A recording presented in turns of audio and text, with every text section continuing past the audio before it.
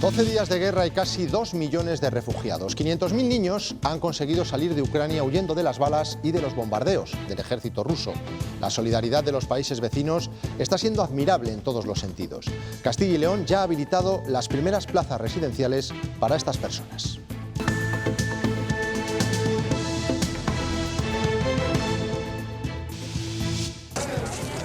Castilla y León se ofrece para acoger a 1.800 refugiados ucranianos en su territorio. Palencia será la provincia que más plazas habilitaría en este primer momento, con 416. El presidente de la Junta está abierto a incrementar la oferta y las entidades locales buscan espacios para atender a estas personas. Mientras, Rusia y Ucrania vuelven a reunirse para tratar de buscar una solución al conflicto. Es ya el tercer encuentro de negociación entre ambas partes. El Kremlin promete una tregua a cambio de Crimea y de un reconocimiento al Donbass. Buenas noches. Los efectos económicos de la guerra entre Rusia y Ucrania los empezamos a notar en España en el precio de la luz. Mañana se pagará de media a 544 euros el megavatio hora. Daniel de la Fuente. Sí, no es para menos porque en apenas 24 horas se va a disparar el precio con un incremento de más de 100 euros de hoy a mañana y con picos de 700 euros el megavatio hora. Algo que deja en papel mojado el anterior récord fijado el 23 de diciembre del año pasado, cuando pagamos 383 euros el megavatio hora. Con vela nos vamos a tener que alumbrar. Esperemos que baje, pero pinta mal la cosa. ¿Pero qué vamos a hacer, hija, si no hay otra? Es que no hay otra, es pagando. El jueves se constituyen las Cortes y los partidos políticos ultiman reuniones en busca de la gobernabilidad. El PP repite encuentro con Soria Ya, lo ha hecho esta tarde. ¿Tenemos alguna última hora, Sergio Recio? Por el momento no hay novedades, y es que ni Partido Popular ni Soria Ya han querido tan siquiera desvelar la ubicación donde tiene lugar esa reunión de negociación entre los dirigentes del Partido Popular en Soria, también Carlos Fernández Carriedo y los 3 procuradores electos de Soria Ya. A esta hora, silencio absoluto en ambos partidos. La alta velocidad recupera las frecuencias previas a la pandemia entre Valladolid, Segovia y Madrid, pero todavía falta para conseguir una vuelta a la normalidad en el resto de provincias. Los que ya pueden coger el tren agradecen la comodidad. Me tengo que levantar a las 5 de la mañana si quiero coger el autobús. Ahora por lo menos pues puedo atender otras cosas, quiero decir. Es que eso es un cansancio que se ha acumulado durante toda la semana. El rey emérito ha anunciado en un comunicado dirigido a su hijo que volverá a España, pero que no va a residir aquí de forma permanente. Una vez que la Fiscalía ha archivado los casos por los que estaba siendo investigado, don Juan Carlos ha lamentado la trascendencia que ha tenido para la opinión pública, pero también ha reivindicado su legado histórico. Esta próxima madrugada, la llegada de un frente nos vuelve a traer lluvias y nevadas que se extenderán por todo el territorio. Serán de carácter débil y desaparecerán rápidamente a lo largo de la mañana. Temperaturas máximas alrededor de los 10 grados. Castilla y León ha habilitado 1.800 plazas residenciales para acoger refugiados de Ucrania. La Junta ya ha puesto en contacto con la delegación del Gobierno y le ha trasladado toda la documentación. Esta ayuda es susceptible de ampliarse en función de las necesidades que vayan surgiendo. Palencia, con 416, es la provincia de la comunidad que más personas va a recibir. Marta Caña. Por el momento son 416 las plazas que se habilitan en Palencia para acoger refugiados y afrontar así la difícil situación que atraviesa el pueblo ucraniano. El número de estas plazas está en constante crecimiento, ya que se sigue buscando espacios a lo largo y ancho de la comunidad donde prestar ayuda. Aquí en Palencia la diócesis ha ofrecido tanto el seminario menor como el mayor para acoger a estas familias, y pueblos como Paredes de Nava también se están volcando a la hora de habilitar espacios. De momento en Castilla y León serán 1.791 las plazas habilitadas. Acurrucados y con mantas térmicas, así combaten el frío estos ucranianos en un campamento de la frontera de Polonia. Solo este país ha recibido ya a más de 1 millón de refugiados. En total, en solo 12 días, 1.700.000 personas han huido de Ucrania. Bruselas cree que la cifra se va a multiplicar en las próximas semanas. La Comisión Europea estima que se superarán los 5 millones de refugiados. De ellos, 500.000 son niños. Más de medio millón de menores ucranianos han salido ya del país, según UNICEF. Preocupan los que están bajo la tutela del Estado ucraniano. 98.000 todavía están en instituciones residenciales. Con esos estamos viendo de qué forma les podemos sacar, porque lamentablemente además muchos de ellos tienen necesidades especiales. No es la única inquietud. Las organizaciones que trabajan sobre el terreno temen por los menores que están perdiendo a sus padres. Nosotros estamos trabajando allí, tanto en las fronteras como dentro, para localizarles, ¿no? Porque esos niños están expuestos a unos riesgos inimaginables. Hablo de trata, hablo de posible explotación sexual. De momento se desconoce el número de niñas y niños refugiados que llegarán a España. Las familias de acogida tendrán que cumplir una serie de requisitos. Se pedirá un certificado de idoneidad y demás, sobre todo para garantizar el bienestar y la protección de esos niños. Desde las organizaciones informan que las familias monoparentales que salen de Ucrania quieren permanecer en los países limítrofes. La razón es muy sencilla. Muchas de estas madres han dejado a sus hijos adolescentes de 18 años, están en el frente, al igual que sus maridos. El director de Aldeas Infantiles nos cuenta que los psicólogos, a través del juego, enseñan a los niños cómo afrontar los ataques. Los niños tienen problemas para comunicarse, tienen pesadillas nocturnas, es que se les ha roto la vida. Infancias arrebatadas que solo pueden expresar su dolor a través de las lágrimas. El viaje por Europa sí ha sido cansado, pero no es nada comparado con lo que pasaron ellos. Una semana para llegar de Kiev a Lvov y a la frontera de Polonia, escondiéndose de las bombas, durmiendo donde podían. Ha sido dantesco. Eso nadie lo debería vivir. Acaban de escuchar a José Ignacio, el burgalés que emprendió su viaje rumbo a Polonia para traer a la familia ucraniana de su mujer, 6 personas en total. Acaba de llegar a Burgos, su primo le ha acompañado en el trayecto y ha conseguido el objetivo. Gracias a ellos y a la Fundación Jesuitinas están aquí sanos y salvos. Leticia Gutiérrez. Tras más de 6.000 kilómetros y 4 días de viaje, Nacho y su primo han conseguido traer a Burgos a una familia ucraniana de 6 miembros. Entre ellos hay 3 niños. Aquí se han reencontrado con Nadia, una ucraniana afincada en Burgos que ha movido cielo y tierra para traer a parte de su familia y que estén sanos y salvos. Ahora el siguiente paso será registrarles en esta ciudad como refugiados de guerra y matricular a los menores en este centro de educación. Es el emocionante reencuentro de Nadia con parte de su familia ucraniana. 3 menores y 3 mujeres, una de ellas embarazada, llegan a Burgos desde Cracovia tras 2 días de viaje. Se refugiaron en la ciudad polaca tras huir de Kiev antes de que bombardearan su casa. Estos niños no lo saben, que su casa ya no existe. Está bombardeada su casa de la capital. Esta familia pasó una odisea para llegar a Polonia. Empezaron a ir por los bosques, por los caminos rurales, con los niños, con la embarazada. Se escondían en los bosques por los bombardeos, 15 bajo cero. Los niños llorando.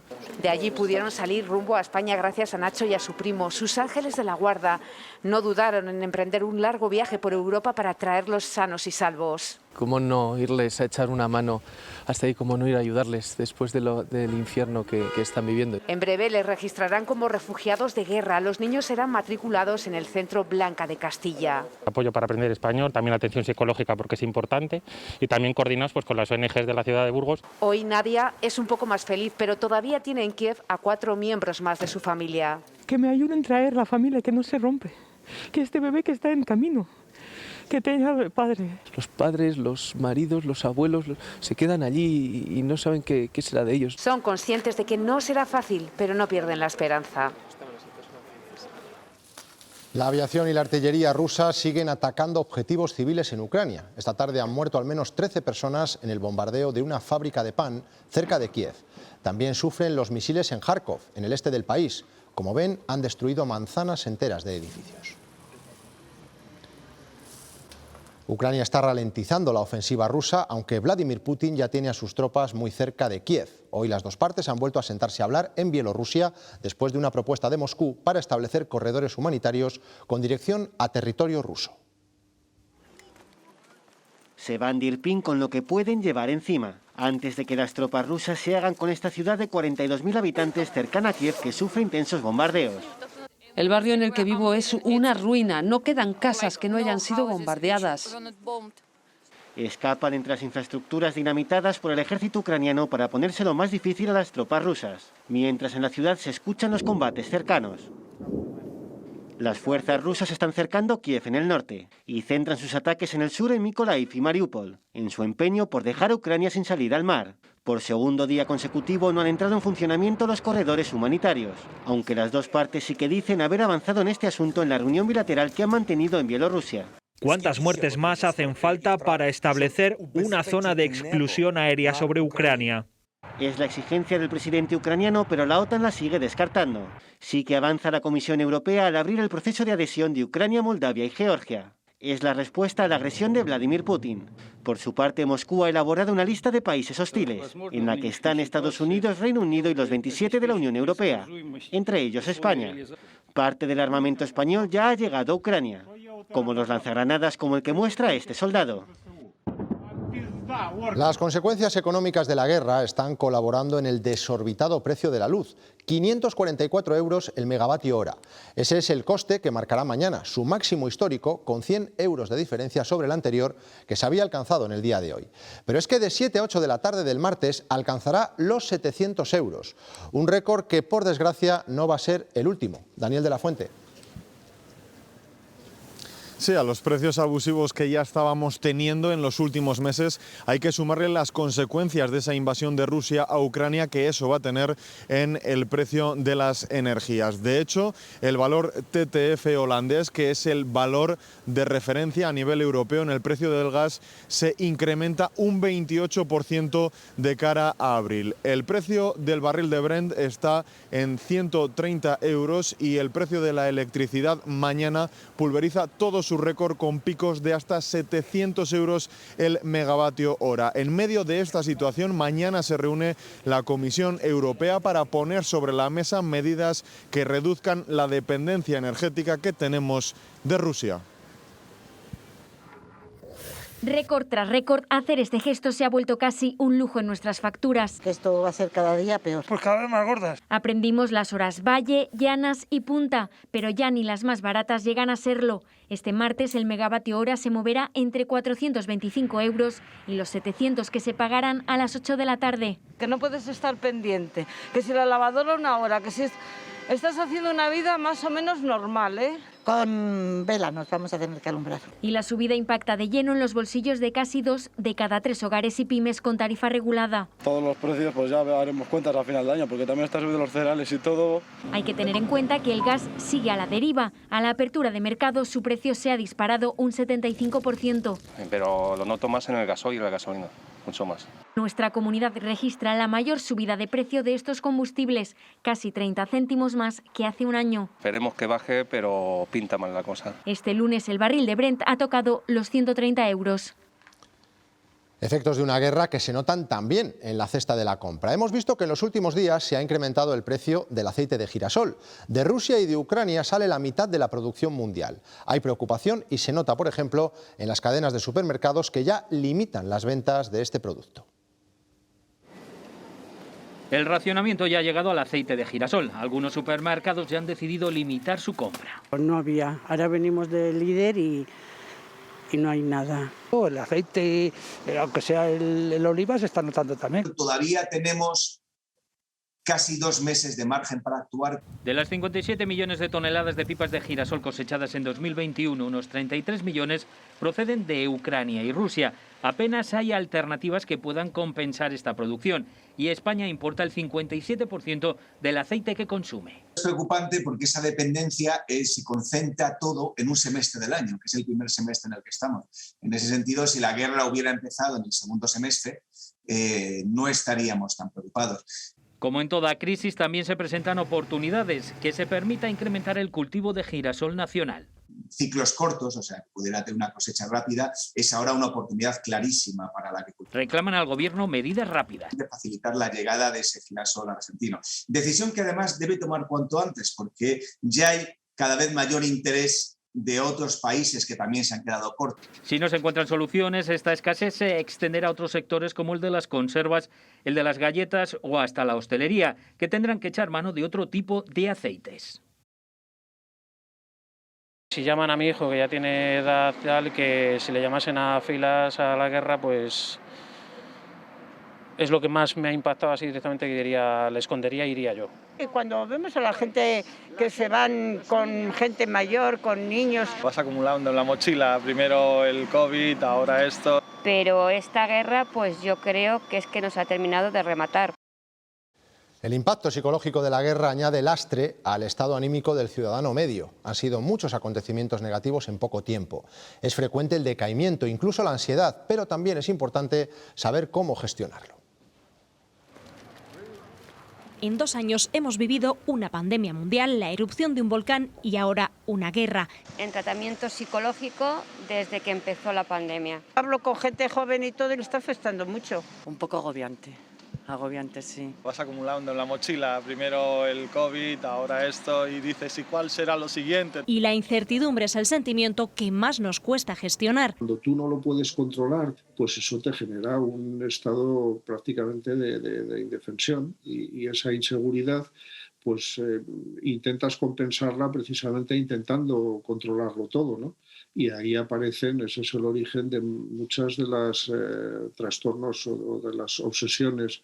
Quienes arrastraban alguna patología mental son más vulnerables ante estas imágenes. Nos estamos volviendo locos y la gente mayor, como mi padre y mi madre, mi padre que tiene 81 años, peor. El ánimo está muy bajito.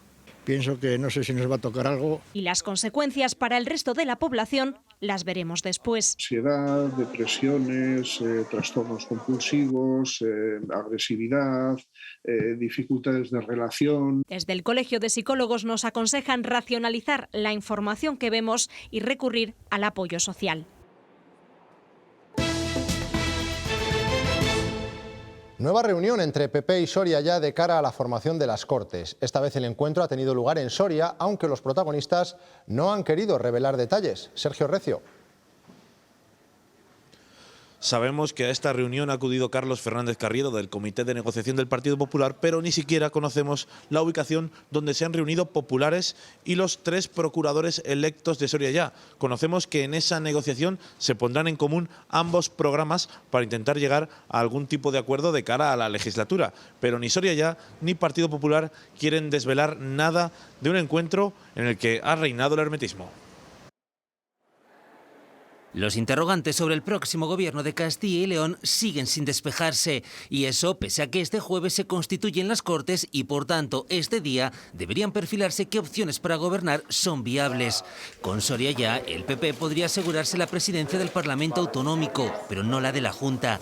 Sus puntos de coincidencia, entre otros, estos, desde el refuerzo de las infraestructuras a la lucha contra la despoblación. Que no es un acuerdo exclusivamente para la provincia de Soria, ¿no? Es un acuerdo, al final, para gobernar la Junta de Castilla y León. El PP repite este mensaje. Esperamos alcanzar acuerdo de programa. Yo sé que hay quien pone más interés en el reparto de responsabilidades. Como Vox, que sigue condicionando su apoyo a cambio de presidir las Cortes. Las negociaciones están vivas. Al margen de cargos, sus programas tienen muchas coincidencias, desde bajada de impuestos a fomento de la natalidad o refuerzo de la atención primaria. Confiamos en que al final puedan llegar a muy buen término. En cuanto a la UPL, el otro partido con el que los populares creen posible algún acuerdo, hay discrepancias totales sobre la estructura de la comunidad, pero también objetivos comunes relacionados, por ejemplo, con reindustrialización o sanidad. No hemos recibido absolutamente ninguna llamada, no la esperamos tampoco. Por cierto, que los leonesistas no apoyarán ni a PP ni a PSOE para presidir las Cortes.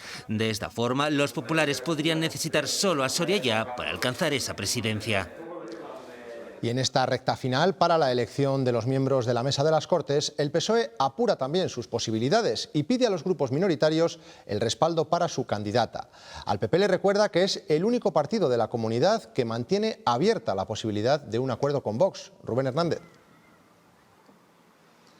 Sí, porque Soria Ya, la formación que a priori se había mostrado más cercana a un posible acuerdo con el Partido Popular, ya dijo que solo firmaría ese acuerdo si es para un gobierno en solitario, es decir, para un gobierno del PP sin Vox. Por eso hoy el PSOE ha vuelto a insistir en su propuesta Fernández Mañueco, abstención por parte de los socialistas, pero a cambio los populares se tienen que comprometer a aislar a Vox durante toda la legislatura y además en todas las instituciones, no solo en Castilla y León.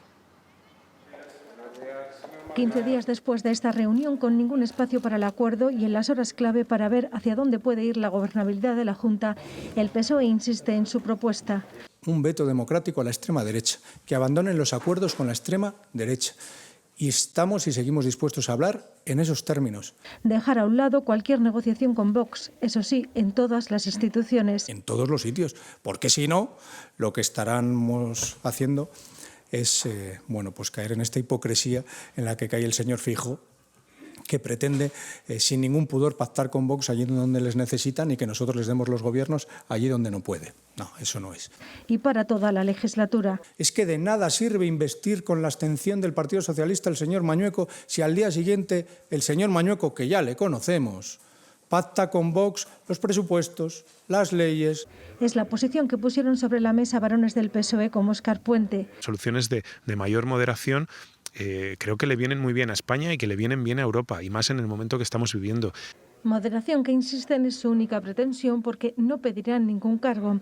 También la Ejecutiva Federal de los Socialistas apela al futuro líder del PP. Confiamos en que ciertamente sea capaz de ver el peligro que supone para nuestra democracia la extrema derecha de Vox. El PSOE presentará a Ana Sánchez como candidata a presidir las Cortes, en un movimiento más para dejar a Vox fuera de la mesa del Parlamento. Desde el Partido Popular, mensaje al unísono. Será Alfonso Fernández Mañueco quien decida, y el PSOE, remarcan, no está legitimado para dar lecciones de pactos a nadie. El señor Tudanca se le llamó para hablar con él, el señor Mañueco fue el primero que convocó y la respuesta fue de una soberbia bastante intensa, ¿no? Que el señor Tudanca, a la entrada de un comité federal del Partido Socialista, intente dar lecciones de lo que debe hacer el que ha ganado las elecciones en Castilla y León, después de haberlas perdido el señor Tudanca, hombre, no parece que sea muy respetuoso ese tema, ¿no? El Partido Popular de Castilla y León ha recogido ya 4.500 avales para la candidatura de Alberto Núñez Feijóo a la presidencia del PP.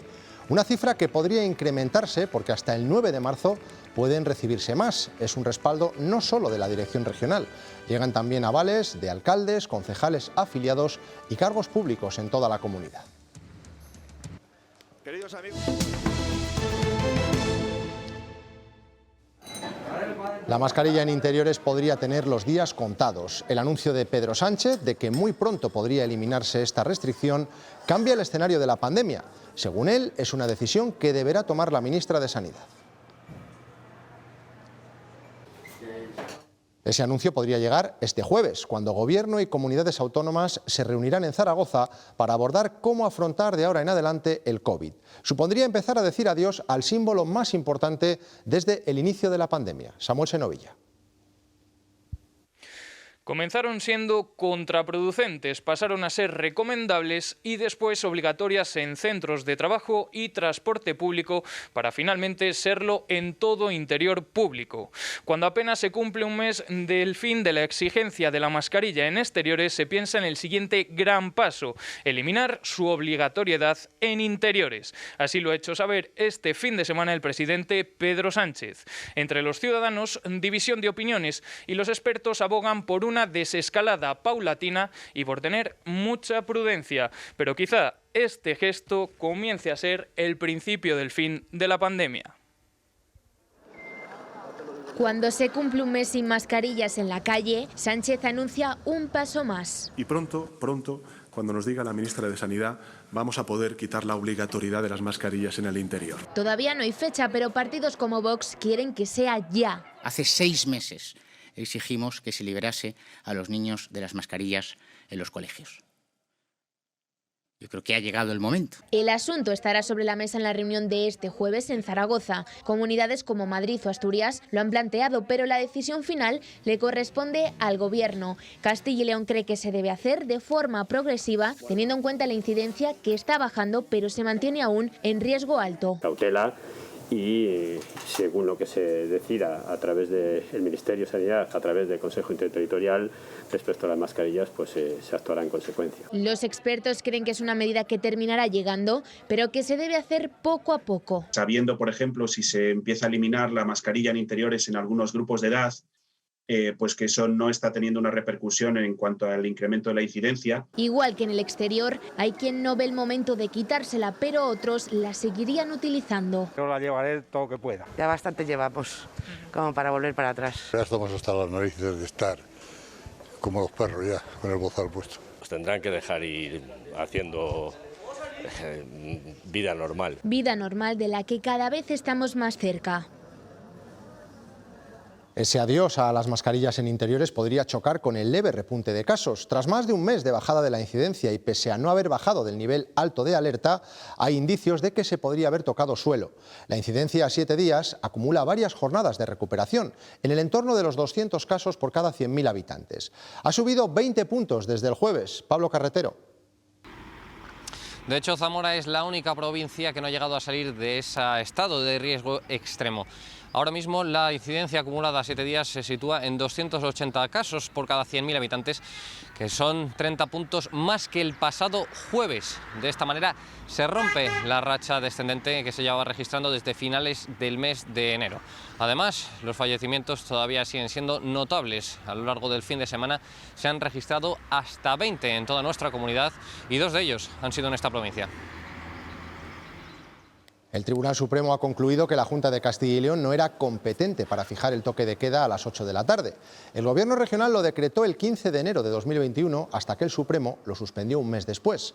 Ahora el Alto Tribunal, en una sentencia, ha estimado el recurso presentado por los servicios jurídicos del Estado en contra del decreto de la Junta.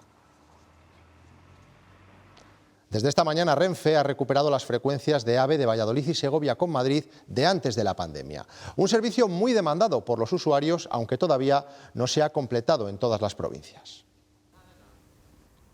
Renfe recupera desde hoy las frecuencias de Valladolid y Segovia con Madrid. De hecho, esta misma mañana encontrábamos a usuarios que venían esperando este servicio desde hace 2 años porque es un medio de transporte para ir a trabajar. Lo que todavía falta es seguir recuperando el resto de frecuencias con el resto de provincias. Por otra parte, los usuarios siguen reclamando que entre en vigor cuanto antes el bono descuento, un bono que fue aprobado el pasado verano por las Cortes pero que todavía no ha entrado en funcionamiento. Hacía 2 años y un mes que este tren no funcionaba. La pandemia paralizó el servicio. Hoy Alfredo ha podido volver a utilizarlo. Viaja desde Segovia a trabajar a Valladolid. Es una buena noticia. Se ha llegado incluso a plantear dejar de vivir en Segovia porque las alternativas que tenía para venir a trabajar no le compensaban. Pues yo he probado 2 métodos. He ido en coche y he ido en un autobús que sale prácticamente 1:20 antes que este. Valladolid recupera todas sus frecuencias previas a la pandemia, pero no ocurre lo mismo en el resto de provincias. A estas alturas todavía faltarían unas 4 frecuencias en Zamora, Palencia y León. Y especialmente preocupa la situación de Salamanca. Seguimos al 50% y encima con trenes de media distancia, no de alta velocidad. Muchos de estos viajeros marchan hoy a Madrid a trabajar. Desde octubre tendrían que poder utilizar un abono del 25%, pero siguen esperándolo. Nos dicen que el trabajo está prácticamente terminado, pero es que llueve sobre mojado. Es que esto fue en junio, la reunión con el vicepresidente y el consejero fue en julio, iba a ser para octubre y estamos en marzo. De salir adelante este abono, cada viajero se ahorraría una media de 2.000 euros anuales. Las previsiones de nuestras finanzas para 2022 son optimistas. Venimos de un año que ha cerrado en positivo. La economía de Castilla y León recuperó el 64% de lo perdido en 2020 por culpa de la pandemia. El crecimiento ha sido importante, pero hay que verlo en el contexto del que veníamos. En algunos casos puede haber una rotura de stocks y falta de suministros. En otro caso, pues un incremento de precios, fundamentalmente los piensos, cereales, energía o el caso de los fertilizantes. Hoy se han reunido Gobierno, patronal y sindicatos. El objetivo, impulsar un pacto de rentas contra la subida de precios en todos los ámbitos. Pretenden evitar que la espiral inflacionista mine el poder adquisitivo de las familias. En la mente de todos, las subidas salariales. Y aunque los agentes sociales están de acuerdo en que eso se ha de negociar en los convenios colectivos, los puntos de partida son diferentes. hay que tomar las medidas para garantizar que los salarios mantienen su poder de compra. Y esto se hace, en nuestra opinión, con las llamadas cláusulas de garantía salarial. Son elementos fundamentales para poder llegar a acuerdos más o menos flexibles. Hablar de inflación será un problema para España, un problema estructural. Y lo que tenemos que hablar es de productividad, de competitividad. La productividad está muy tocada por la crisis de los componentes. Renault aumenta las paradas previstas para este mes con otros 3 días más, del 14 al 16, para las factorías de Palencia y las líneas relacionadas de la planta de carrocerías en Valladolid. Y podrían ser más en función de la evolución de la guerra en Ucrania. El rey Juan Carlos no volverá a vivir de momento en España, aunque quiere visitar nuestro país con asiduidad. Se lo ha comunicado en una carta dirigida a su hijo Felipe VI y que ha difundido la Casa Real. Afirma que su intención es seguir residiendo en Abu Dhabi y viajar a España con frecuencia. Se alojaría en casas de particulares. Don Juan Carlos lamenta la imagen pública de sus escándalos y reivindica su legado después de que la Fiscalía haya archivado las investigaciones sobre él.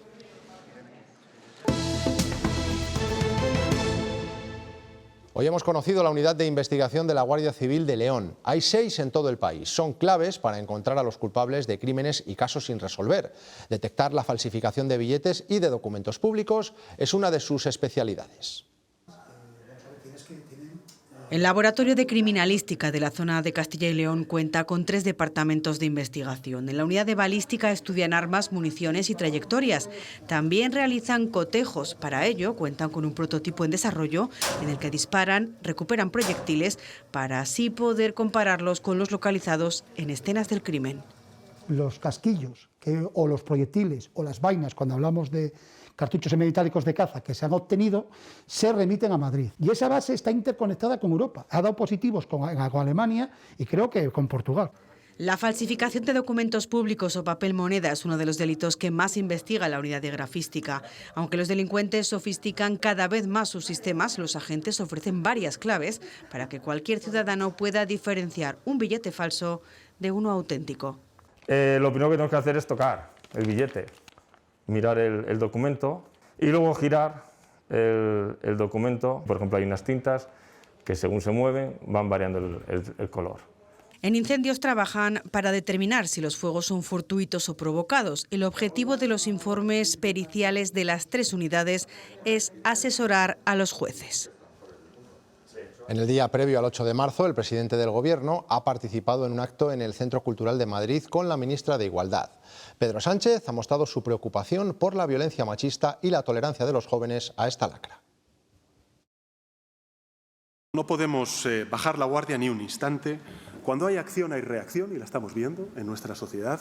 Cada vez que se avanza hay personas, sobre todo hombres, que sienten, digamos, atacado su status quo. Y, por tanto, ante esa reacción lo que podemos hacer, lo único que debemos hacer es continuar en ese avance del movimiento feminista. Y, por tanto, no vamos a parar hasta que esta sociedad sea profundamente igualitaria. El campus María Zambrano de Segovia ha inaugurado hoy Obras ante el olvido. En la exposición colaboran 11 artistas internacionales y más de 100 alumnos de la UBA. El arte y la creatividad sirven de herramienta de expresión de las mujeres afganas y de denuncia del régimen autoritario de los talibanes.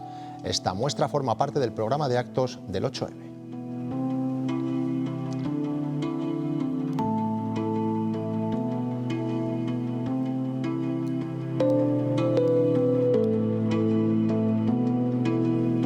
Nosotros nos vamos, les dejamos ahora con los deportes, después no se pierdan Cuestión de Prioridades. Hoy José Luis Martín hablará de comunicación con el periodista Manuel Campo Vidal. Pasen una feliz noche, adiós.